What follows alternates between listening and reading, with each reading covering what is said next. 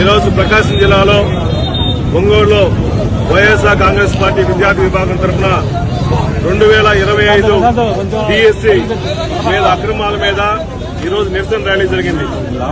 అయ్యా చంద్రబాబు నాయుడు గారు కానీ లోకేష్ గారు కానీ గతంలో ఎన్నో డిఎస్సీలు చూసాము. ఇటువంటి దగా డిఎస్సీ గతంలో ఎప్పుడు జరగల.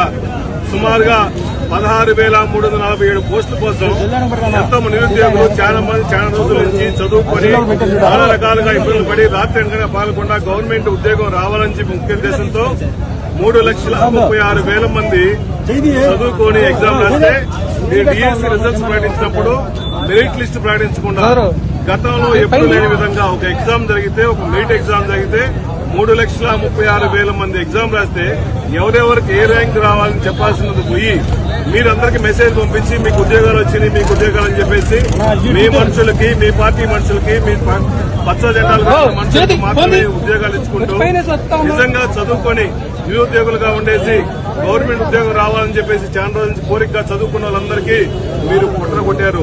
నిజంగా చాలా బాధాకరంగా ఉంది. ఈ రోజు జరిగిన టెట్ కానీ డిఎస్సీలో కానీ మీరు కావాలని చెప్పేసి